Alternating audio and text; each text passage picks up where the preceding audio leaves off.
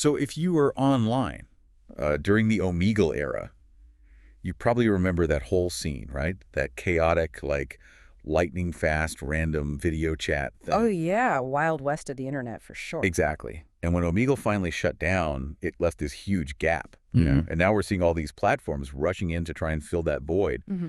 They're popping up everywhere. They really are. It's a land grab almost. And today, we're doing a deep dive into one of the main ones stepping up, the Monkey app.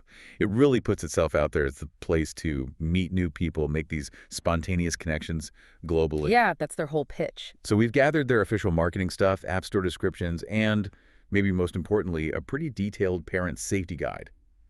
Our mission today is basically to figure out what makes it tick, what's the appeal, look at its features, but also really dig into the safety and privacy side, which seems, well, pretty critical for random chat. Absolutely. And Monkey is a perfect example of how fast these things can blow up. It's got this almost mythic origin story, right? Created by 5 teenagers in LA. 5 teens. Wow. Yeah. And now it claims, what, over 30 million users worldwide. That kind of growth is huge. And it's all built on that promise of instant real-time connection, a space for, I think they say, individuality and self-discovery. 30 million users, started by teens. That's staggering. Yeah. But, okay, looking at the sources we have, the first thing that jumps out is this major clash, a real paradox between their rules and who's actually using it. Right. Let's call it the age paradox. Because officially, the app is rated 18 plus AIM. That's the rating you'll see. And their terms of service, the state very clearly users have to be at least 18 years old. Seems straightforward. Okay, 18 plus AIM. That sounds like a clear line in the sand. So how do they enforce that? Is there like an age check when you sign up? Well, that's the thing. There isn't one. Wait, really? None at all. None whatsoever, based on our sources. No age verification process is mentioned, which, makes that 18 plus rule pretty easy for younger users to just ignore. And actually, if you look at the user reviews and comments we polled, one person specifically said that in their experience, over half the people on the app are actually teenagers. Over half. So it's rated 18 plus anal, requires users to be 18, but has no checks, and it's apparently full of teens. That sounds, Okay. well, it sounds less like an accident and more like they know who their audience is. It does raise questions, doesn't it? It feels a bit like the 18 plus rating might be more of a legal shield than a genuine attempt to keep minors out, especially if the platform is heavily used by them. So what are the knock-on effects of that contradiction? I mean, where does that lead? Well, one really telling consequence is where you can actually get the app. It's available on web browsers, sure, and it's on the Google Play Store for Android. Okay. But here's the big red flag. Apple completely removed it from their App Store, Removed it entirely. Why? citing serious safety concerns. That's a huge move from Apple. They don't typically ban apps lightly. No, definitely not. A full ban from Apple. Yeah. That tells you the risk level must be perceived as extremely high. Okay, so if safety is already looking shaky, how does the app actually work? How does it hook people in for these fast connections? It's all about speed and simplicity. The core idea is matching you randomly with strangers for these really quick, almost impulsive video chats. Right, and they're not shy about it, are they? They call themselves the #1 random video chat platform, directly going after Omegle's old turf, positioning against MTV chat roulette. Exactly. And the interface is designed for that immediate hit. You basically see two main screens. One shows your chat history and profile stuff. The other, big button, hard to miss, start video chat. It just funnels you right into the next random encounter. And they've added layers beyond just one-on-one, right? I saw something about solo chat and DUO chat. Yeah, solo chat is the standard random one-on-one, but TUO chat lets you bring a friend along. So it could be two friends chatting privately, or, interestingly, two friends connecting together with one random stranger.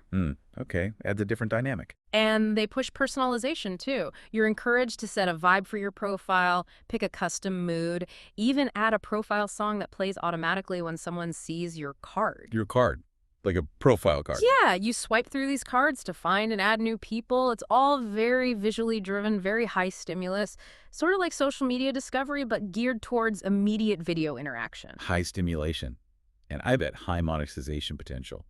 How do they make money if the basic chat is free? Right, standard freemium model. The core random chat and video calls are free to get you hooked. But then there's Monkey Plus, or Monkey Plus D, that's their premium subscription. Auto renews, of course. Of course. What does Plus get you?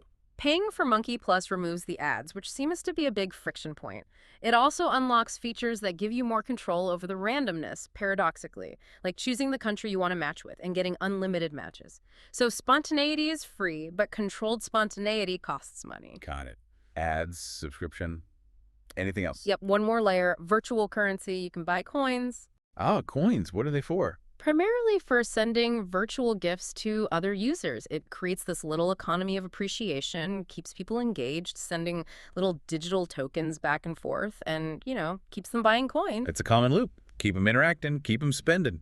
And speaking of friction and monetization, we found a really specific user complaint that kind of highlights how far they might push it. Oh, yeah. What was that? So, a user reported getting offered one of those limited time premium features. I think it was matching only with females if they watched an ad for standard stuff. Yeah, watch an ad, get a perk. Seems normal. But here's the catch. According to this user, the countdown timer for that limited feature, say 15 minutes of female-only matching, started ticking down while the ad was still playing. Wow. So by the time the ad finishes, you've already lost part of your reward time. Exactly. It feels deliberately designed to pressure you. You're losing value while watching the ad they forced on you, which makes you anxious, maybe makes you think, ugh, I should just pay for Monkey Plus to avoid this. That's a classic dark pattern in UX design, creating frustration to nudge people towards paying. It really shows where their priorities might lie, doesn't it?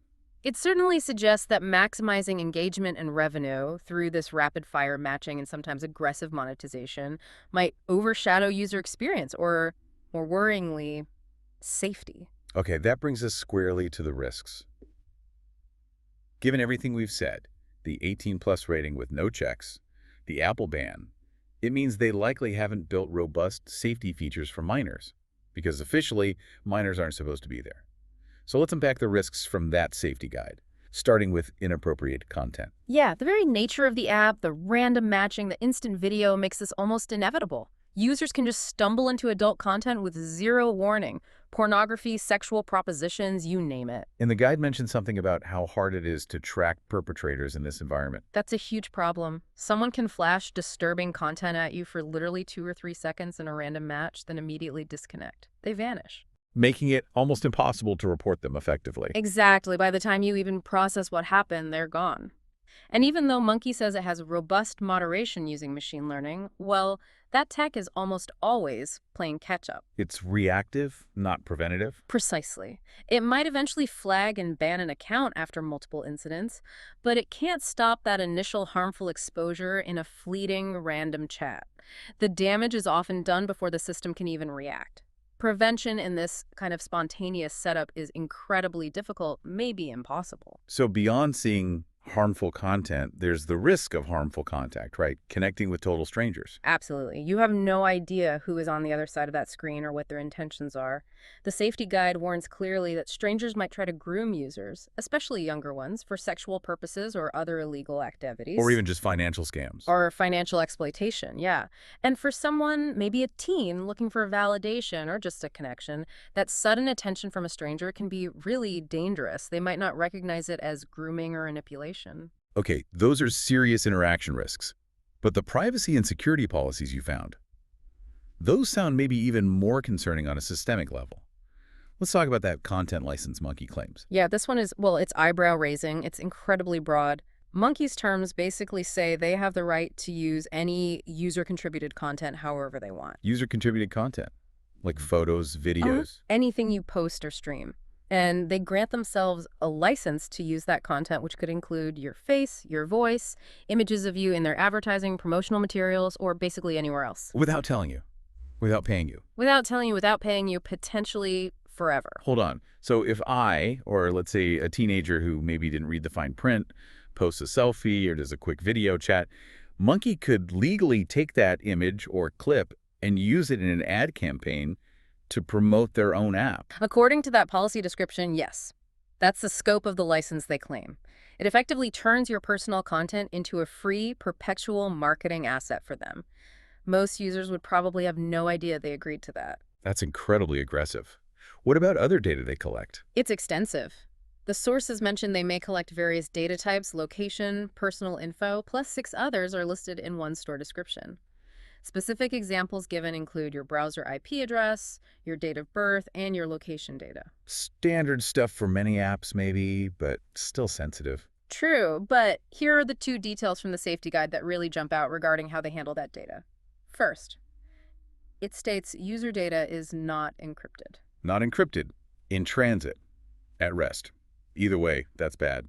Really bad. It implies your data, including location, date of birth, maybe even chat content, depending on what they log, isn't properly secured. It could be vulnerable to snooping or theft. Okay, that's alarming point number one. What's the second? The second is almost more telling. The app itself, according to the guide, actually recommends users employ discretion when using the service, specifically because information sent to another user might not remain private. Wait, the app is telling users to be careful because stuff might leak. That's what the guide reports. It's like the platform acknowledging the fundamental privacy risks baked into its own system and essentially saying, hey, be careful, we can't guarantee your stuff stays private. It shifts the entire burden of security onto the user. Wow. Okay, so putting this all together, let's make it practical for you, the listener. If you're concerned about this app, maybe for yourself or for family, friends, colleagues, what are the concrete steps recommended in the sources? Right. The safety guide offers some clear, actionable advice. And the absolute foundation is communication. Have regular, open conversations about online life. Talk frankly about the risks we've just discussed with platforms like MonkeyY. Chatting randomly with unvetted strangers is so dangerous. Don't just ban, explain the why. Exactly. And if the appeal is that online connection, suggest safer alternatives. The guide points towards things like moderated message boards on trusted sites like Childline or Ditch the Label in the UK, for example, places where connection can happen without the immediate risks of random video. Makes sense. What else? For younger users especially, parental controls are key. Setting up filters, blocking specific risky websites or apps like Monkey if necessary. It's about creating safer digital environments. And the worst case scenario. If you suspect something really bad is happening, like grooming, Then immediate action is crucial. The advice is clear. Report suspected online grooming or sexual abuse to the relevant authorities like CEOP, Child Exploitation and Online Protection Center in the UK, or contact the police directly. Don't hesitate. okay, so this deep dive really paints a picture of, well, two sides of the coin for the Monkey app, doesn't it? It really does. On one side, you can't deny its success. It clearly tapped into that demand for instant, spontaneous, maybe anonymous connection that Omegle left behind. It delivers that lightning-fast matching experience people seem to crave. It nailed that core mechanic, absolutely. But that success comes loaded with these incredibly high documented risks we've spent time unpacking. The lack of age verification that seems almost intentional, the unavoidable exposure to harmful content, The moderation that's always a step behind, the potential for harmful contact. and then the privacy issues. That shockingly broad content license, the collection of sensitive data, and honestly, the unforgivable fact that this data apparently isn't even encrypted. It really crystallizes the trade-off users are constantly making online, maybe without even realizing it. Instant gratification versus fundamental safety and privacy. Monkey seems to lean heavily towards the former. The whole design prioritizes speed, engagement, monetization. And that brings us to a final thought, maybe something for you to consider. When an app seems to prioritize that spontaneous matching and monetization so heavily, remember the ad countdown trick, Mm. is user safety and experience just inherently compromised? It's the core tension, isn't it? Yeah. And specifically, when the app itself warns you to use discretion because your info might not remain private, effectively admitting it can't or won't fully protect sensitive unencrypted data like your location or birthday. What are you, the user, actually trading away every single time you click Start Video Chat with a complete stranger on a platform like this? Is it just a fun, fleeting connection? Or are you, perhaps unknowingly, gambling with your personal security and your future privacy? That's the calculation, conscious or not, happening with every click.